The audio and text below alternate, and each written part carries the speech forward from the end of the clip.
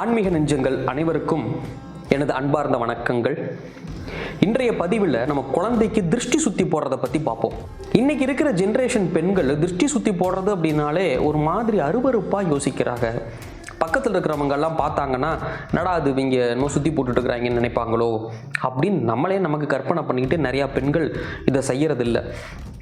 இந்த சிட்டியில் இருக்கிறவங்க, அப்பார்ட்மெண்ட்டில் இருக்கிறவங்க இவங்கெல்லாம் அந்த திருஷ்டி சுற்றி போடுறதுங்கிறத செய்யறதே இல்லை.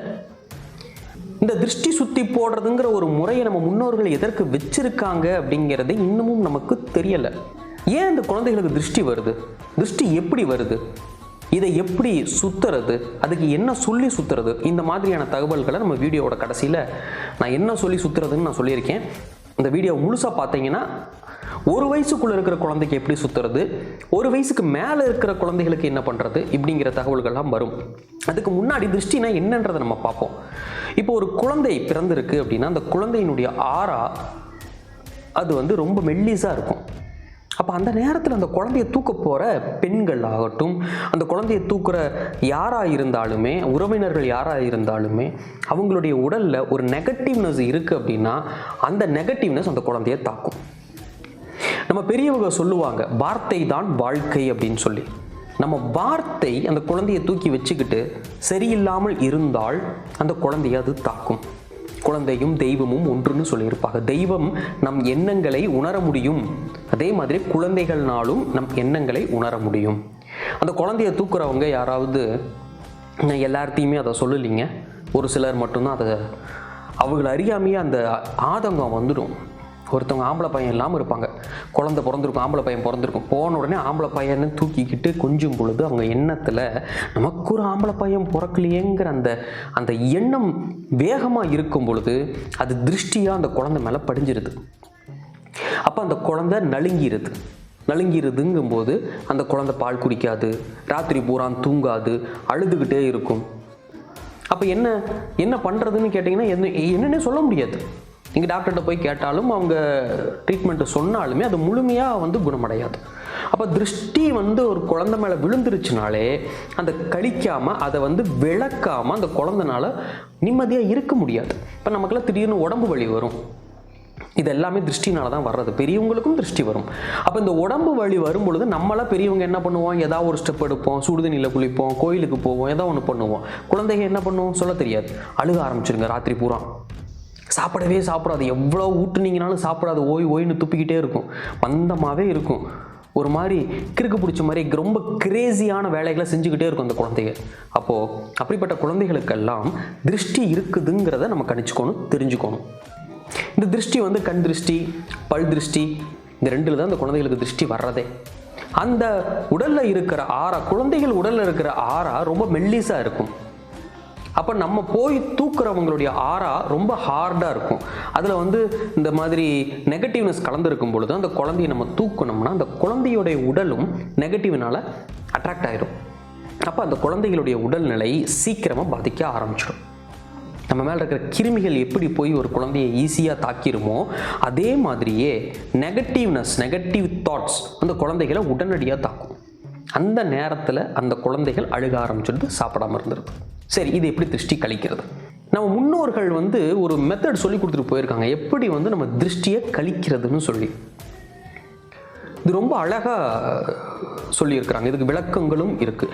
ஒரு வயசுக்கு உள்ளே இருக்கிற குழந்தைகளுக்கு எப்படி சுற்றணும், ஒரு வயசுக்கு மேலே இருக்கிற குழந்தைகளுக்கு எப்படி சுற்றணும். ஒரு வயசுக்கு உள்ளே இருக்கிற குழந்தைகளுக்கு யாரும் உப்பு மிளகா கடுகு போட்டு சுற்றிடாதீங்க. அதெல்லாம் ஒரு வயசுக்கு மேலே இருக்கிற குழந்தைகளுக்கு தான் உப்பு மிளகு கடுகு போட்டு சுற்றுவாங்க, எலுமிச்சு மலம் சுற்றுறது, இது எல்லாமே ஒரு வயசுக்கு மேலே இருக்கிற குழந்தைகள். ஒரு வயசுக்குள்ளே இருக்கிற குழந்தைகளுக்கு 2 வெத்தலை எடுத்துக்கோங்க. இந்த வீடியோவில் காமிக்கிற மாதிரி 2 வெத்தலை எடுத்துக்கோங்க, 2 சூடம், அந்த 2 வெத்தலைக்கு நடுவில் 2 சூடத்தை வச்சு அதை மடித்து அந்த குழந்தைக்கு 3 தடவை கிளாக் வைஸ்லையும் இன்னொரு 3 தடவை ஆன்டி கிளாக் வைஸ்லையும், அதாவது இடதுபுறம் 3 முறையும் வலதுபுறம் 3 முறையும் சுற்றி அந்த குழந்தைகளுக்கு மேலே இருந்து கீழே, முன்னாடி, சைடில், பின்னாடின்னு 4 பகுதியிலையும் 4 சைடுமே மேலே இருந்து கீழே இழுத்து விட்டுட்டு கொண்டுகிட்டு வீட்டுக்கு வெளியில், வாசப்படிக்கு வெளியில் மட்டும் இல்லை, கேட்டுக்கு வெளியிலேயே வச்சு அந்த வெத்தலையை விரித்து அது மேலே இருக்க சூடத்தை பருத்தி வச்சிடணும். இதை பண்ணிட்டோம்னாலே அந்த குழந்தைக்கு அந்த திருஷ்டிங்கிறது கழிய ஆரம்பிச்சிடும். வெத்தலை அப்படியே உறிஞ்சிடும். வெத்தலையும் கற்பூரமும் ஒரு குழந்தையினுடைய நெகட்டிவ்னஸ் அந்த உடம்புல இருக்கிறது அப்படியே அது உறிஞ்சிடும். அதுக்கு அந்த சக்தி இருக்குது. அப்போ அதை நீங்கள் கொண்டுட்டு போய் வெளியில் பருத்தி வைக்கும்போது திருஷ்டி கலைஞ்சு போயிடும். இது அனுபவ ரீதியாகவே நான் அதை நிறைய இடத்துல பார்த்துருக்கேன். எங்கள் வீட்லேயுமே எங்கள் குழந்தைகளுக்கே அதை நான் பார்த்துருக்கேன்.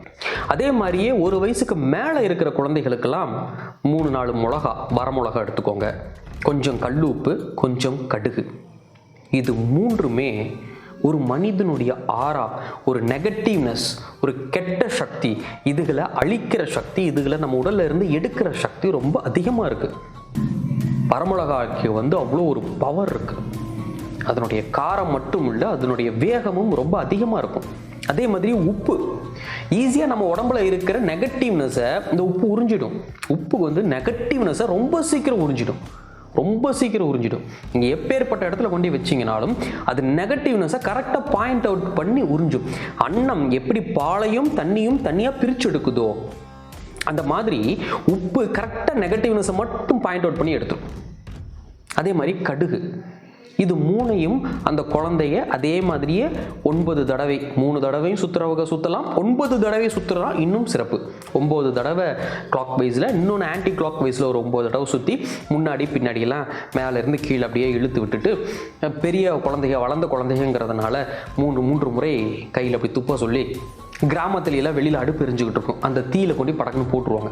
சட சட சட சட சடன்னு வெடிக்கும். அப்படியே அது வெடிக்கும் பொழுது நம்ம மேல் இருக்க திருஷ்டிகள் அனைத்தும் வெடித்து போய்விடும்னு சொல்லுவாங்க. இன்னும் அந்த உப்பு, மிளகா, கடுகு கூட யார் கண் பட்டிருக்குங்கிறது பெரியவங்க கண்டுபிடிச்சு போடுவாங்க. வயசான பாட்டியெல்லாம் கண்டுபிடிச்சிருவாங்க. அவங்களுக்கு தெரியாமல் அந்த காலடி மண்ணையும் எடுத்து அது கூட வச்சு அதையும் சேர்த்து சுற்றி அந்த நெருப்பில் போட்டுருவாங்க. இந்த டவுனில் இருக்கிறவங்க, அப்பார்ட்மெண்ட்டில் இருக்கிறவங்கனாலாம் அந்த மாதிரி அடுப்பு வெளியில் வச்சு எரிக்க முடியாது. அவங்களுக்கெல்லாம் ரொம்ப ஈஸியான ஒரு வேலை என்னன்னு கேட்டிங்கன்னா, ஒரு தேங்காய் தொட்டியை நம்ம வீட்டில் இருக்கிற கேஸ் ஸ்டவ்வில் அப்படி பிடிச்சிங்கன்னா அது அப்படியே நல்லா எரிய ஆரம்பிச்சிடும். அதை சாம்பிராணி காட்டுற அந்த கரண்டியில் வச்சு இருந்து அந்த தீ எரியும் பொழுதே அதை தூக்கி நீங்கள் அப்படியே அது உள்ளே போட்டுடலாம். ஸோ இதெல்லாம் ஒரு வகையாக திருஷ்டி கழிக்கும் முறை. இன்னமும் சாயந்தரம் ஒரு 6 மணி சுமாருக்கு குழந்தைக்கு நீங்கள் சாப்பாடு ஊட்டுவீங்க. 6 மணி 7 மணிக்கு குழந்தைகளுக்கு சாப்பாடு ஊட்டும் பொழுது குழந்தைய சாப்பிடாது, அட்டம் பிடிக்கும், கதறும், அழுகும், ஒரு வாயும் கூட வாங்க மாட்டேன்னு சொல்லும். அப்படி இருக்கிற குழந்தைகளுக்கு கடைசி வாய் இருக்குது பார்த்தீங்களா, கடைசி வாயை அதை அப்படியே ஒரு கையில் அப்படி வலிச்சு எடுத்து அந்த குழந்தைக்கு இங்கிட்டு ஒரு 3 தடவை அங்கிட்டு ஒரு 3 தடவை சுற்றி கையில் துப்ப சொல்லி அங்கே முன்னாடி வெளியில் தெரிகிற நாய்க்கோ பூனைக்கோ அப்படி வச்சுருங்க. அதுக்கு சாப்பிட்ருச்சு அப்படின்னா அந்த திருஷ்டி அப்படியே விலகி போயிடும். அப்போ இதை சுற்றும் பொழுது என்னன்னு சொல்லி சுற்றுறது அது நமக்கு தெரியணும் இல்லையா? அதாவது நீங்கள் அந்த வெத்தலை ஆகட்டும், இல்லை மிளகா, உப்பு, கடுகு இது 3ஐயும் வச்சுருந்தீங்கனாலாகட்டும், சாப்பாட்டை சுற்றி போடுறீங்கனாலாகட்டும், நீங்கள் கண்டிப்பாக சொல்லக்கூடிய சொற்கள் இருக்குது. இதை சும்மா நீங்கள் அப்படியே ஜஸ்ட் லைக் தட் சொன்னால் மட்டும் பத்தாது. அடி மனசில் இருந்து சொல்லணும், உண்மையாக சொல்லணும், உணர்வோடு சொல்லணும். உணர்வோடு சொல்லும் பொழுது தான் ஒரு சொல் பழிக்கும்.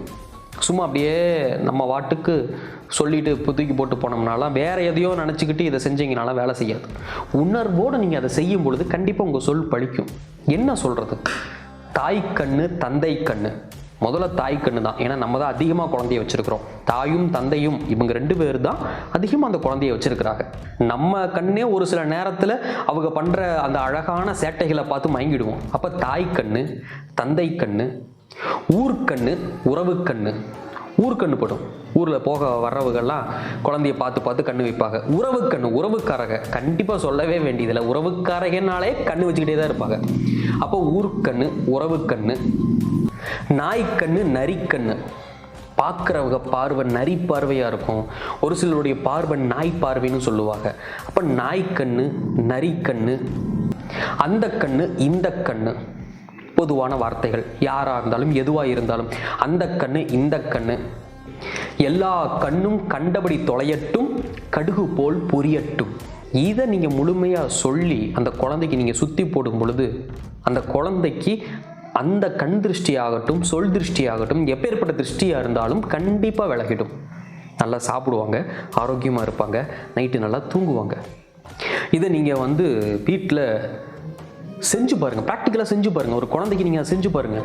இன்னமும் வாரத்தில் ஒரு நாள் கண்டிப்பாக, ஞாயிற்றுக்கிழமையோ இல்லை செவ்வாய்க்கிழமையோ இல்லை வெள்ளிக்கிழமையோ, கண்டிப்பாக ஒரு வாரத்தில் ஒரு நாள் நீங்கள் குழந்தைக்கு வந்து இதை கண்டினியூஸாக செஞ்சு பாருங்கள். அந்த குழந்தை வந்து ஆக்டிவாக இருக்கும், நல்லா சாப்பிடும், நல்லா ஆரோக்கியமாக இருக்கும். ஏன்னா நம்ம உடம்புல இருக்கிற ஆறாவை அதை ஆட்டோமேட்டிக்காக க்ளீன் பண்ணிடும். அப்போ அந்த திருஷ்டிங்கிறது எதுவுமே இருக்காது. இன்னமும் தொழில் ஸ்தானத்தில் எப்படி திருஷ்டி கழிக்கிறது, பெரியவங்களுக்கு எப்படி திருஷ்டி கழிக்கிறது, இதை பற்றின வீடியோஸில் நீ அடுத்தடுத்து வரும். ஸோ கண்டிப்பாக சப்ஸ்கிரைப் பண்ணி வச்சுக்கோங்க, ஷேர் பண்ணுங்கள். உங்களுக்கு ஏதாவது கேள்வி இருந்தால் அதை கமெண்ட்டில் சொல்லுங்கள், நான் அதுக்கான பதிலை கொடுக்குறேன். சப்ஸ்கிரைப் பண்ணுங்கள். நன்றி.